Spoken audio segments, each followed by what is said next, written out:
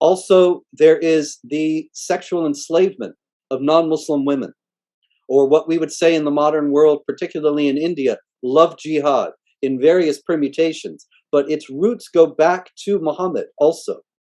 There is a famous story, for example, of the raid of Khaybar. Khaybar was an oasis in northern Arabia where the Jewish tribes that Muhammad had previously exiled from Medina had gone to take refuge. But Muhammad ultimately went and invaded Khaybar. And incidentally, it's worth noting that he arrived there at night, but waited to strike until the morning because he wanted to hear if there would be the Islamic call to prayer in the morning. If there was not, he would invade. If there was, he would not, because he was commanded, in his own words, according to a tradition, to fight against the people who, until they confess that there is no God but Allah and Muhammad is the messenger. So if the people of Khaybar had confessed that there was no God but Allah and Muhammad was the messenger, he wouldn't have fought them. He did not hear the Islamic call to prayer, so he invaded. When he invaded, he wanted to get the money. So he went to the treasurer of the community. The Muslims captured him. His name was Kinana, and he had his followers build a fire on Kinana's chest to torture him until he revealed where the treasury was.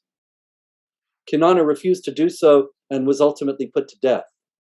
Then his wife, Safiya bint Huyai, was captured and given to Muhammad. Now, this is a woman who's not only her husband was killed, but her father was also just killed by the Islamic warriors in Khaybar. And yet Islamic tradition says that Muhammad married her, consummated the marriage on the spot. Can you imagine this absolutely ghastly scene of dead bodies everywhere, and Muhammad being so consumed with lust that he has to stop in the midst of these dead bodies and rape this woman. But this also is exemplary behavior, because Muhammad is the excellent example of conduct. Consequently, you have all over Europe, for example, nowadays, with the mass Muslim migration since 2015, a huge increase in the sexual assaults and rapes of non-Muslim women there. And you have this, of course, in India with the kidnapping, the abduction of Hindu girls, Sikh girls, Christian girls, and they're subjected to the same treatment.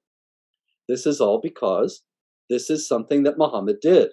And it's also specified in the Quran in chapter 4, verse 3, that you can marry up to 4 women, but also take the captives of the right hand.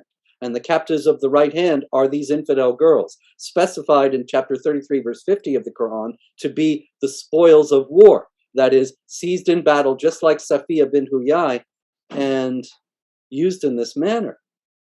All of these things come back to Muhammad.